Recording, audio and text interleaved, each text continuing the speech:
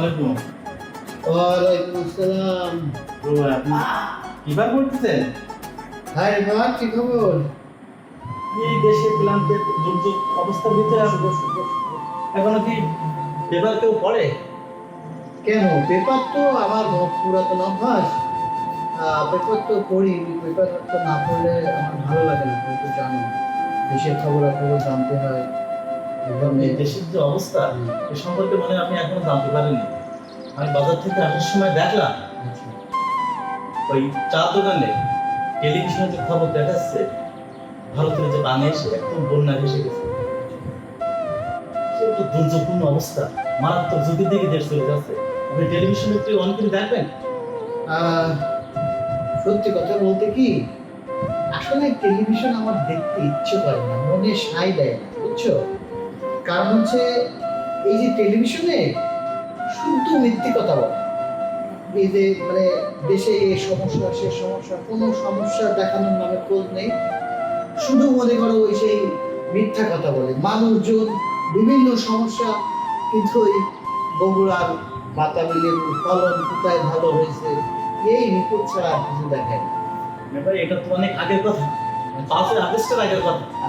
যখন আওয়ামী লীগ সরকার ছিল তখন সে তালবাহানা করে বিভিন্নভাবে মূল জিনিসটা টেলিকাস্ট না করে তাদের ব্যক্তিগত খবর প্রচার করতো। কিন্তু 5ই আগস্টের পর অবস্থা পরিবর্তন হয়ে গেছে। এখন যেটাই বাস্তব সেই ঘটনাটাই কিন্তু দেখাচ্ছে। এবার তুই একটা দামি কথা বলবি, সেই কথা তো আমি আপনাকে বলছি। আচ্ছা একটা কাজ করতেন, তুই ওই টিভিটা খাটা দেখি কি অবস্থা ওই যে রিমোট ওর পাশে আছে। খবর দেখলে আপনার মাথায় কাজ করবে না, বলুন যে স্মরণকালের সব থেকে ভয়াবহ বন্যার কবলে ফেনী। কি অবস্থা দেখুন। জেলার বিভিন্ন স্থান ঘুরে বিস্তারিত জানাচ্ছেন আমাদের সহকর্মী। ওইটা আহারে বাচ্চাটা, কি অবস্থা, সব পানি আর পানি। আহারে কি অবস্থা! দেখুন একদম তলায় গেছে, বাড়ি ঘর পরিচ্ছন্ন কিচ্ছু নেই। এইরকম এরকম খারাপ অবস্থা রিপোর্ট তুই তো আমার সাথে, আমি জানি যে বন্যা হচ্ছে আমাদের দেশে, কিন্তু এইরকম খারাপ অবস্থা আমি তো সেই জন্য সংবাদটা পাওয়ার সাথে সাথে চলে আসলাম আপনার কাছে। তো বললাম পেপার তো নেই, পেপার আর পড়ার দরকার নেই, এখন তো টিভি দেখতে হবে। আচ্ছা রিপোর্ট, জি এই যে মানুষ কষ্ট পাচ্ছে এই জন্যই হ্যাঁ কিছু তো একটা করার দরকার। অবশ্যই। এই যে সমস্ত মানুষ এখন বাস্তব ভিটাহীন, বাড়ি ঘর ছেড়ে এসে কি খাওয়া দাওয়া করবে কোনো উপায় নেই। এদের পাশে যাওয়ার জন্য, সাহায্য সহযোগিতা করার জন্য আমাদের তো উদ্যোগ নিলে হয় না। তুই খুব ভালো কথা বলছিস। আচ্ছা কি করা যায় বলতো? ওদেরকে ত্রাণ দিতে হবে। ত্রাণ দিতে হবে, এটা তো খুবই ভালো কথা, কিন্তু এই ত্রাণটা আসলে কিভাবে দিব? এত মানুষের জন্য আমার তো নিজের কাছে থেকে খরচ করে দেওয়া সম্ভব না। কিভাবে কি করা যায়? তবে এই বিষয়ে আপনার কোনো টেনশন করা লাগবে না। এর যত দায় দায়িত্ব এর সিস্টেম আছে, সম্পূর্ণ আমি আপনার ম্যানেজ করবো। আপনি শুধু অনুমতি দিলে হবে। আচ্ছা মানে কি তুই কি চিন্তা করতেছিস, মানে চাঁদা তুলবে এরকম কিছু? না না, কোনো চাঁদা তোলা হবে না, তাহলে কোনো মানুষের কাছ থেকে আমরা কালেকশনও করবো না। অন্য একটা পন্থায় আমরা এই টাকাটা কালেকশন করবো। আচ্ছা আচ্ছা আচ্ছা। কালেকশন করে ওদেরকে আমরা এটা তো খুবই ভালো কথা, কিন্তু কিভাবে আমি তো কিছু বুঝতে পারছি না। তাহলে আসলে টাকাগুলো কালেকশন ব্যাপারে কি করবি বলে একটু ভাবতেছিস? এটা এই নিয়ে আপনার কোনো টেনশন করা লাগবে না। এর যাবতীয় যা প্রসেস যা মেনটেন সব আমি করবো, আপনি শুধু আমার অনুমতিটা দেন। তারপর আমি দেখছি টাকা কিভাবে কালেকশন করা যায়। মোবাইলের মাধ্যমে? হ্যাঁ, এখন মোবাইলের মাধ্যমে অনেক সিস্টেম আছে। আমি সিস্টেমটা অ্যাপ্লাই করার পর আপনাকে আমি ডিটেলস মানে বিষয় হচ্ছে কি, মোবাইল সম্পর্কে আমি খুব দক্ষ না, হ্যাঁ তুই তো আমি জানি মোবাইল সম্পর্কে ভালো বুঝিস। তাহলে ঠিক আছে, ওইভাবে যেটা ভালো মনে করিস কালেকশন করার চেষ্টা কর, তারপরে আমাকে বলিস কিভাবে এটা ডিস্ট্রিবিউট করা হবে। করা হবে অবশ্যই অবশ্যই, ঠিক আছে। আচ্ছা ঠিক আছে।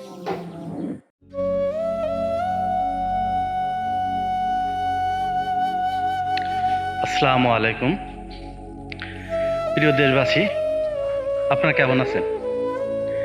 আমি ভালো নেই, কারণ আমার দেশ ভালো নেই, আমার দেশের মানুষ ভালো নেই।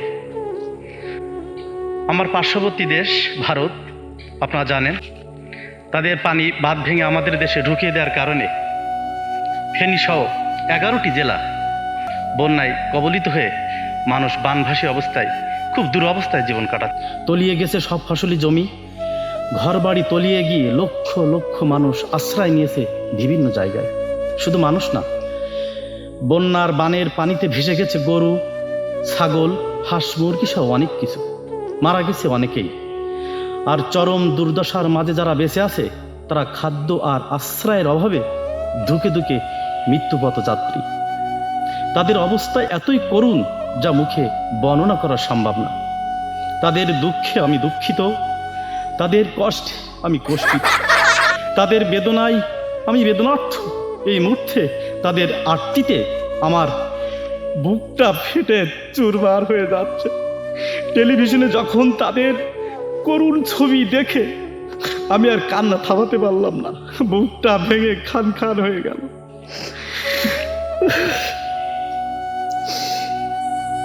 এই মুহূর্তে তাদের পাশে দাঁড়ানো, তাদেরকে সাহায্য করা আমাদের মানবিক দায়িত্ব। আসেন আমরা যার যার জায়গা থেকে যতটুক সম্ভব সাহায্যের হাত বাড়িয়ে দিই। আমি জানি বন্যায় আক্রান্ত মানুষের জন্য আমার মতো আপনাদেরও হৃদয় ব্যথিত, আপনাদেরও মনে হচ্ছে তাদের জন্য কিছু একটা করতে, কিন্তু ইচ্ছা থাকলে তো আর সব কিছু হয়ে ওঠে না। বন্যার্থ মানুষের সাহায্য করার জন্য ইচ্ছা থাকলেও অনেকে তাদের পর্যন্ত পৌঁছাতে পারেন না। কোথায় দিলে, কার কাছে দিলে তাদের টাকা, তাদের সাহায্য তারা সেখানে পাবে, এই জিনিসটা তারা বুঝতে পারছেন না। তাই শুধু তাদের জন্য আমরা নিয়ে এসেছি সুন্দর একটা ব্যবস্থা। ক্রোকোডাইল সংঘ নামে আমাদের একটি স্বেচ্ছাসেবী সংগঠন আছে। এই সংগঠনের পক্ষ থেকে বন্যার্থদের সাহায্যের জন্য ফান্ড সংগ্রহ করা হচ্ছে। আপনারা সবাই যার যার সাধ্য অনুযায়ী এই ফান্ডে দান করতে পারেন। আমরা দায়িত্বশীলতা ও বিশ্বস্ততার সাথে আপনাদের দান তাদের কাছে পৌঁছে দেবো ইনশাআল্লাহ। দুই হাত জোর করে আপনাদের কাছে মিনতি করছি, প্লিজ আপনারা আর বসে থাকবেন না। যার কাছে যা আছে আপনাদের সামর্থ্য অনুযায়ী আমাদের এই স্বেচ্ছাসেবী প্রতিষ্ঠান ক্রোকোডাইল সংঘ বিকাশ নাম্বার ও ব্যাংক অ্যাকাউন্ট নাম্বার নিচে দেওয়া আছে। আপনারা যত দ্রুত পারেন আপনাদের সব গচ্ছিত টাকা আমাদের এই নাম্বারে আপনারা পাঠিয়ে দিন। আর সেই সঙ্গে একটি গান মনে মানুষ মানুষের জন্যে, জীবন জীবনের জন্যে একটু সহানুভূতি কি মানুষ কি পেতে পারে না ও বন্ধু, মানুষ মানুষের জন্যে। এতক্ষণ আমি আপনাদের সাথে ছিলাম রিফাত, সাধারণ সম্পাদক ক্রোকোডাইল সংগঠন, যদুপুর, কাগেরহাট। হ্যাঁ দোস্ত, কোথায় তুই? আরে না, কাজ তো একটা বাধায় ফেলছি। হ্যাঁ হ্যাঁ, কেন এই যে ফেনীতে যে বন্যা আসছে না, হ্যাঁ আমার বড় ভাইয়ের সাথে সাক্ষাৎ করেছি। বড় ভাই বলছি যেরকম ওদেরকে ত্রাণ দিতে যাবো আমরা। আর সে তো অনেক টাকার ব্যাপার। এখন সিস্টেম করেছি, মোবাইলে একটা ভিডিও করে হ্যাঁ ডাউনলোড দিয়ে দিচ্ছি। দেওয়ার পরে এখন মনে কর টাকা মানে শুধু আসতেছে, তা তো বহু টাকা চলে আসছে। হ্যাঁ তা প্রায় 17,50,000 তো আবার হয়ে গেছে। হ্যাঁ 17,50,000। না না পাগল তুই, এটা ত্রাণ দেবো কেন? এ তো বড় ভাইয়ের সাথে আমি এমনি মিথ্যা কথা বলছি। এই যে কালেকশনের যত টাকা, এই টাকা সব মনে করে এখন এই টাকা নিয়ে এখন মনে কর ইচ্ছা মতো আচ্ছা, তাহলে তুমি এই ধান্দা পাকাচ্ছ। আমি বড় ভাইকে না বলে ছাড়ছি না। আমি তোর সাথে আমি সাক্ষাতে সবকিছু বলছি। হ্যাঁ শিওর শিওর, খুব হ্যাঁ খুব দ্রুতই চলে আয়।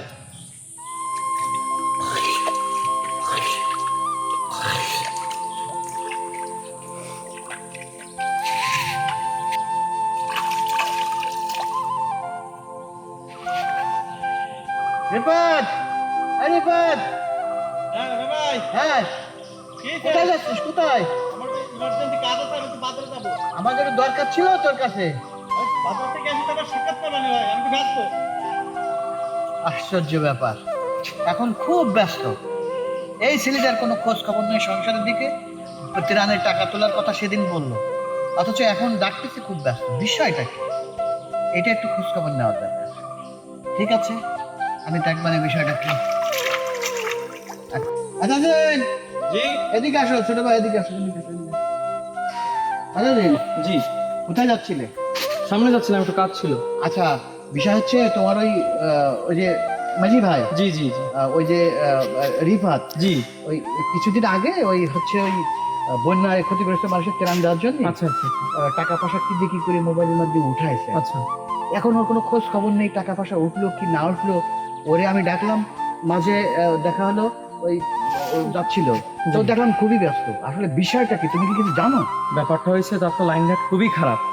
সে যে ত্রাণের টাকাগুলো তুলছে, হ্যাঁ। সে নিজে নিজে আত্মসাৎ করবে, তার জন্য সেই টাকাগুলো লুকায় রেখে দিছে, যাতে প্রকাশ্যে না আসে, তার জন্য সেই টাকাগুলো রেখে দিছে। এখন এই হচ্ছে ব্যাপার। এখন আপনি তুমি তুমি কিভাবে জানলে? আমি তার আগের দিন সেই ব্যাপারটা নিয়ে কথা বলতেছিল, তাই আমি আড়ি পেতে শুনছি এই কথাগুলো তার কাছ থেকে। ওরে, ভয়ঙ্কর কথা, বিশাল ভয়ঙ্কর কথা। আমার বংশে কেউ কখনো এই ধরনের কাজ করে না। সবাই মানুষের উপকার করার চেষ্টা করে, কখনো খারাপ কাজ কিংবা উল্টোপাল্টা কাজ করে না। আর আচ্ছা, এই আচ্ছা। ছেলে এই তোমার মেজি ভাই, এই আমাদের বংশের জাতমানটা একদম তলাবে। কথা বুঝতে পারছো? জি জি। আমি কিন্তু আমি এটা হতে দেব না।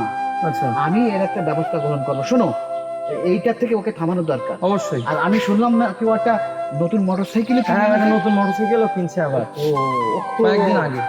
তুই আমার বংশের মান সম্মান সবকিছু ধ্বংস করে দিবি। আচ্ছা শোনো তাসিন, জি বলো। আমি তোমার সাথে একটা কথা বলি। সেটা হচ্ছে ছোট ভাই, তুমি এই ব্যাপারে ওরে ঠেকানোর জন্য জি। আমরা একটা কাজ করবো। সেটা হচ্ছে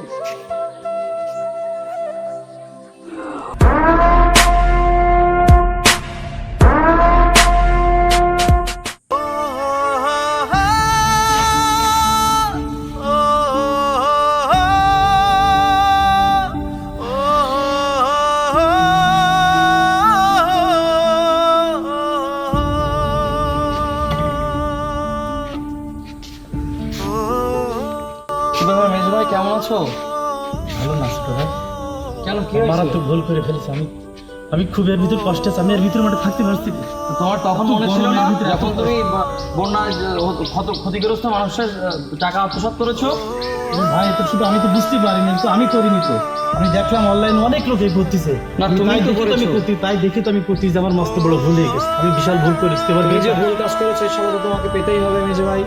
বড় ভাই বলেছে তোমাকে জেল থেকে বের করবে। প্লিজ ছোট, তুই প্লিজ, তুই বড় ভাই বলে আমার এখান থেকে বের কর যেভাবে হোক। আমার এখানে রাখিস না, আমার দম বন্ধ হয়ে যাচ্ছে। আমি এখানে কিন্তু থাকতে পারছি না। তুই আমাকে বের কর এখান থেকে ছোট ভাই, বড় ভাই বলে। বলে যে পাপ করেছো এর শাস্তি তোমাকে পেতেই হবে। আমি তো শাস্তি পেয়েছি, আমি দুনিয়াতেও শাস্তি পাবো, আবার আখিরাতেও শাস্তি পাবো। আমার তো মারাত্মক ভুল হয়ে গেছে, সে ভুলটা কিন্তু আমি বুঝতে পারছি। এখন বড় ভাই বলেছে, এর কথা তো আমি অমান্য করতে পারি না। তোমাকে তো সাজা পেতেই হবে, তারপরে তুমি জেল থেকে বাইরে আসতে পারবে। কার পাল্লায় পরে এরকম কাজ করেছি? সাধারণ অসহায় মানুষের বন্যার টাকা। তুমি ছাড়ো আমাকে, আমি চলে যাই। প্লিজ তুই যাস না ভাই, না, আমি চলে যাবো। তুই আমার এখান থেকে দিয়ে দিবি, তুমি বের কর, ছাড়ো তুই আমাকে, তুমি বের কর। ছাড়ো। না না, তুমি প্লিজ, ছাড়ো। আমার যে জমি জায়গা আছে, তুই সেটা বিক্রি করতে আমাকে এখানে বের করে নিয়ে যা প্লিজ।